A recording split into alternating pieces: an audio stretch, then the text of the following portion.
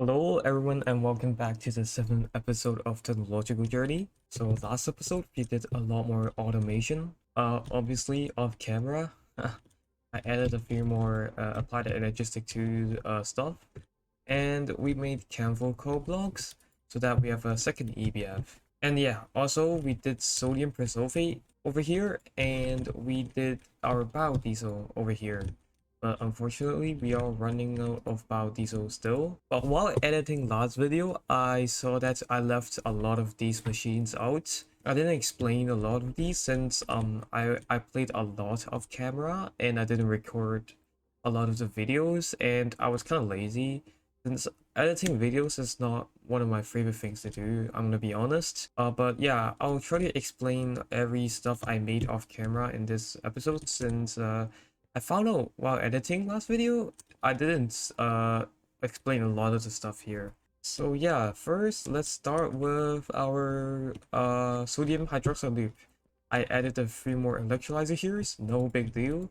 Yeah, we did not have a big backlog of hydrogen and oxygen before, but yeah, it seems like these are filling up pretty quick. And over here is this is a clay electrolysis. So basically, there's a rock hammer here, which produces a cobblestone.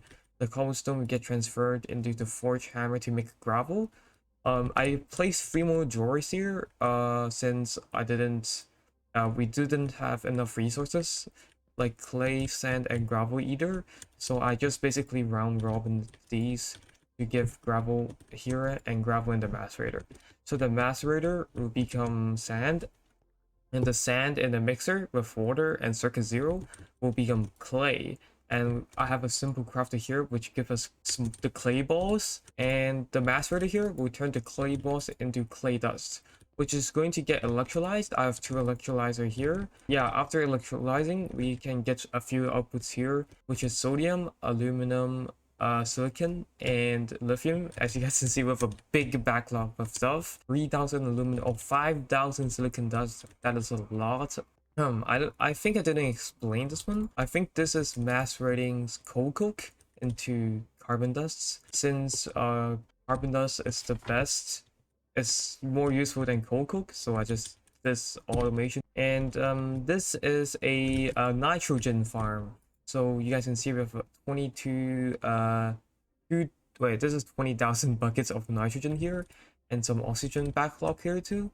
So this is just a air collector, which is collecting air, and it will get centrifuges here to give these 2 outputs. And lastly here, I briefly talked about this setup, but this is a let me see. I'm pretty sure this is a soldering alloy automation setup. I have a ME emitter here, which is 10 soldering alloy will not supply any more of these items. So basically we want a infinite amount of soldering alloy entering our circuit assembly here, since I do not want to manually enter the fluids into the circuit assembler.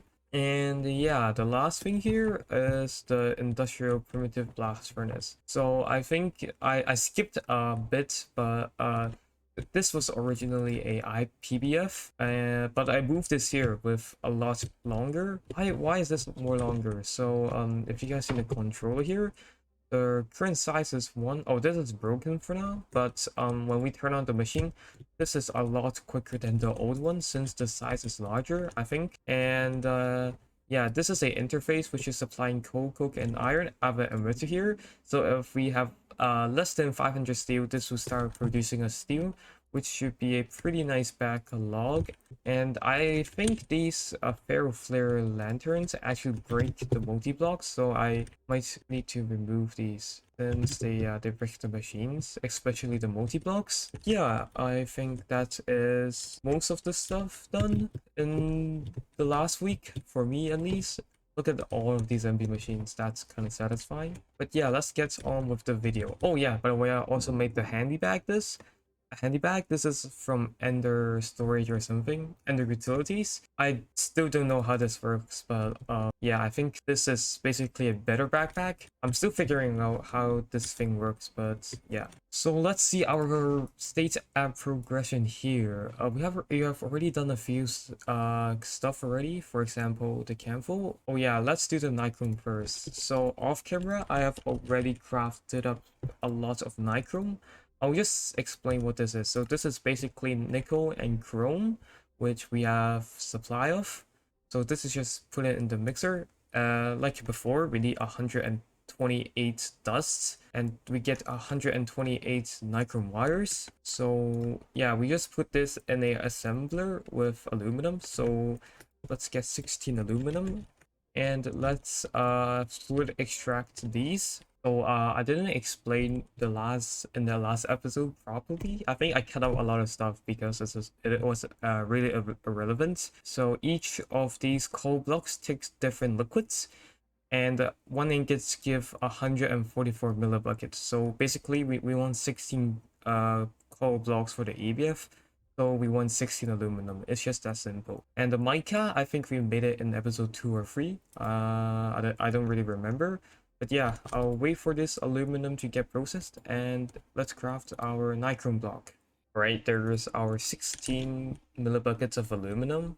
So since every time these coal blocks use different liquids, for example, the nichrome uses aluminum, and the copper uses, the camphor coal uses copper, I don't want to be using different assembling machines for different fluids, because I didn't want to make one assembling machine for each coil. So I'm just gonna borrow the HV assembling machine here for now. And like last time, I'm gonna encode a pattern for nichrome block. If we request some nichrome block, 16 to be precise, and this should start crafting our nichrome. Oh yep, it's crafting. I think it was loading a bit over there, but yep, there's our first nichrome block. Right, so if we search up nichrome, I think, yep, these are all processed. So yeah, let's make our third EBF over here. And yep, I will see you guys when I build the EBF. Right, so let's take a look at our quest book, since the turbo diesel generator is still making, since it needs a lot of stainless steel, and we're still doing stainless steel on demand. So yeah, let's take a look what we want to achieve in this episode. I'm not sure what we want to get, but I think we want to try to get a microprocessor, which takes epoxy resin, which is more chemicals. But maybe we should try to get a microprocessor, and maybe titanium. I'm not sure.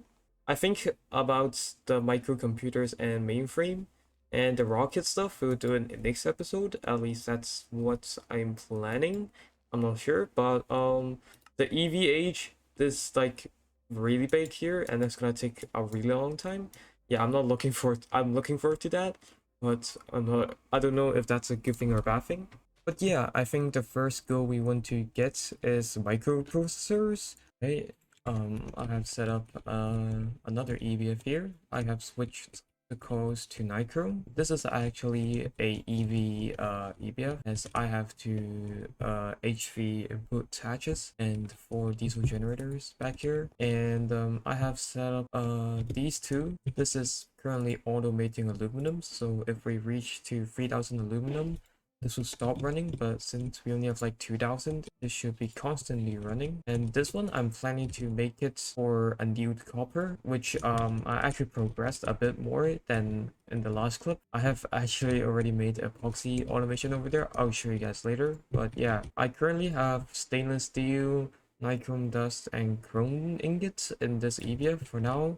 So when we request items via these items, it will automatically craft for us, and this is EV, so it runs a lot faster. Alright, so as I have said, I have set up the EBS over there. I'll show you our new setup here first. So this is a pyrolyzer oven here. The pyrolyzer oven here is currently making us wood tar, which we turn to benzene later in our distillery. But this is a circuit 8 recipe with I'm inserting some wood over there in our ender oil farm, and I have nitrogen inserting into the input hatch here with some nichrome coal blocks here. This might be too much. This is HV power, and I have a super tank here with a fluid storage bus here. So I have set up this epoxy resin chemical line. It requires a lot of chemical reactors, and I'll try to explain each. Alright, so let's go to the start of a line. This is a powder spawner of skeleton, which is transferring items down here into the bioprocessor. So currently it's skeleton, so it's giving us bone. It will be sent here into the macerator to give us bone meal, and it will be centrifuged into calcium dust. And over here, this is making acetic acid. This is circuit 4 with carbon, oxygen, and hydrogen. Calcium dust has to go with carbon dust and oxygen dust to give us calcite dust. I didn't actually see this. I mixed calcium and calcite, but it's actually two different things. So the calcite and the acetic acid will give us calcium acetate with oxygen here. We have 52 buckets here, so we have a lot of these. So this is distilled into acetone in circuit 0 in a distillery. We also have a benzene here. This is distilling our wood tar over there in our pyrolyzed oven. And circuit 2, there's actually a few ways to approaching to get bisphenol A. So the final product of the benzene we want is phenol. Originally, I went distilling wood tar into phenol immediately, but after a while, this is like a horrible ratio. 1,000 millibuckets of wood tar only gives 75 millibuckets of phenol, which is like a turbo ratio. So I switched to this dichlorobenzene with sodium hydroxide dust, which gives salt, phenol, and oxygen. And I originally was gonna use this because this seems really easy, but this actually takes EV, which yeah, we're definitely not close to that at all. So the benzene, this will give benzene, and it will be mixed with chlorine and circuit 0. This gives dichlorobenzene. Because this is dichloro, we need actually 5,000 buckets of chlorine in order to this to work. And the dichlorobenzene will be mixed with sodium hydroxide dust over here. This will make phenol, and the phenol will be made here, put it here in the bisphenol A alongside with acetone we made here, and some hydrochloric acid, which is hydrogen chlorine. This will give us bisphenol A, which is one side of the epoxy resin. So let's see our epoxy resin here. So if we go to chemical reactor, okay, so this takes bisphenol A and epichlorohydrin. So we did the bisphenol A, and next we need to do the epichlorohydrin, which is really easier. So we have HCl here again, and we have glycerol here mixed with hydrochloric acid, which gives us epichlorohydrin. If you guys remember last episode, we have glycerol here, and this is a byproduct of making biodiesel. Yep, we're stacked on biodiesel right now. The only bottleneck now is phenol, since like yeah, the pyrolyzed oven isn't making any wood tar. Alright, so if we look at the quest book here, the next thing after getting epoxy resin is the goal of getting epoxy resin is to get microprocessors. So we need advanced circuit boards here, which is epoxy circuit board, electrum foil, and sodium persulfate. We have a bunch of these already. And how about the epoxy? So it's epoxy resin sheets, copper foil, and sulfuric acid, which should be no problem to us, as we have a bunch of those. And we would also need a circuit assembler too. This takes HV stuff. And EV circuits. But if you guys remembered, I think we have crafted some EV circuits over in the terminal here.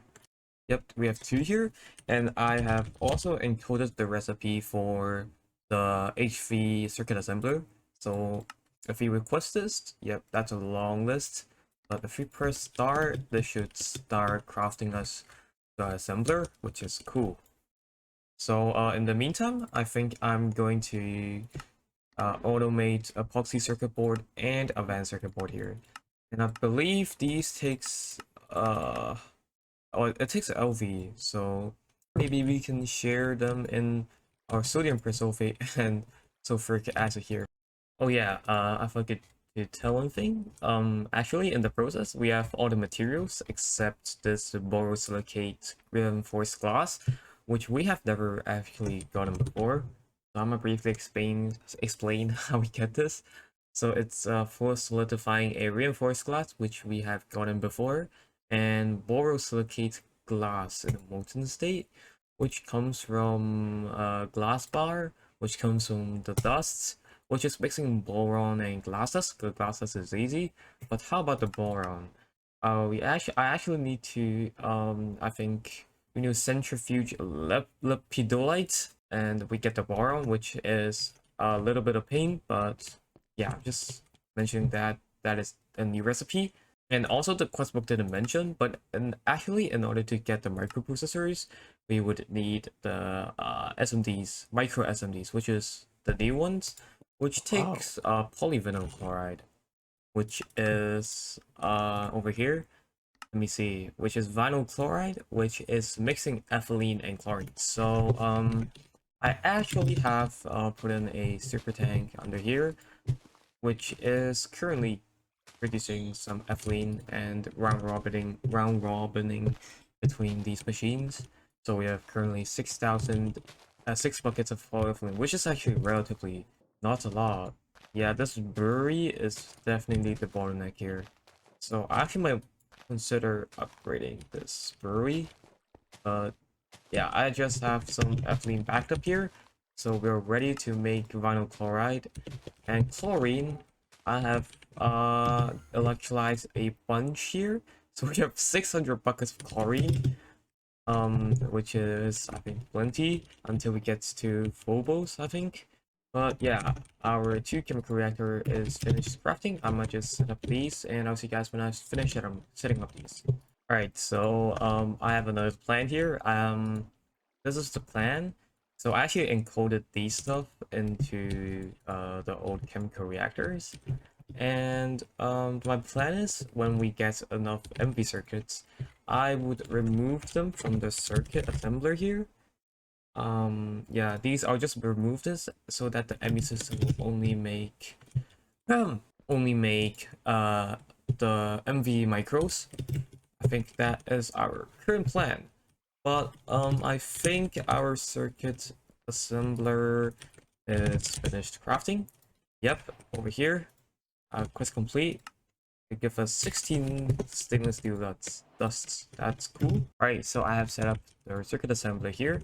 So if we put our micro processing here, so let's check what recipes we are currently missing. So if we try to auto craft this, it will say we're missing polyvinyl chloride sheets, gallium plate, and fine red alloy wire. Wow, a gallium plate? That is not the best thing. Alright, I have a ramp to set up here. All the machines are now empty, and we are getting more ethylene.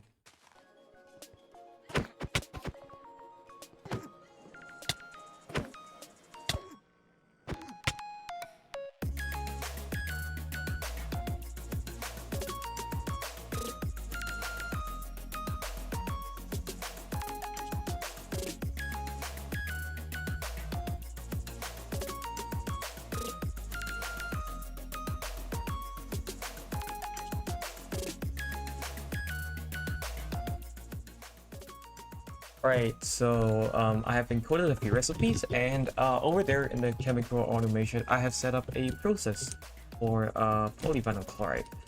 So it's a pretty basic free machine setup. So first we have chlorine mixing with ethylene, which is supplying over here in the fluid interface, which produces us some vinyl chloride. And then the vinyl chloride will be mixed with oxygen over here, which will produce us polyvinyl, which will be solidified into plates and inserted back into our ME system. And I have a cluster mill here, which has the recipe. So now we can craft microcircuits, I believe. So if we request over here, anytime soon this would pop up. And for the time being, I think it's time to remove our old MV circuits. Right, and there is our microcircuits over here. So, oh, the quest gives us 4 epoxy boards back, which is literally nothing, but I'll take it, I guess. So, the last thing I want to do in this episode is to make the chemical reactor, which will lead into titanium and to micro HV, EV, and IV, and also go to the moon. I think I'll craft a chemical reactor to end the video. I have already encoded the recipe though, which is basically just a bunch of HP components, so if we request it, it should be here anytime. Right, and the chemical reactor is finished here, and that should be quest complete. So this is kind of a short episode. We didn't achieve a lot of things, but we did manage to get our microcircuit, epoxy automated, and also Nichrome EBF. I know this is a pretty short episode, to be honest, but I hope the next one will be more packed. And yeah, peace. I hope you guys enjoyed the video, and peace.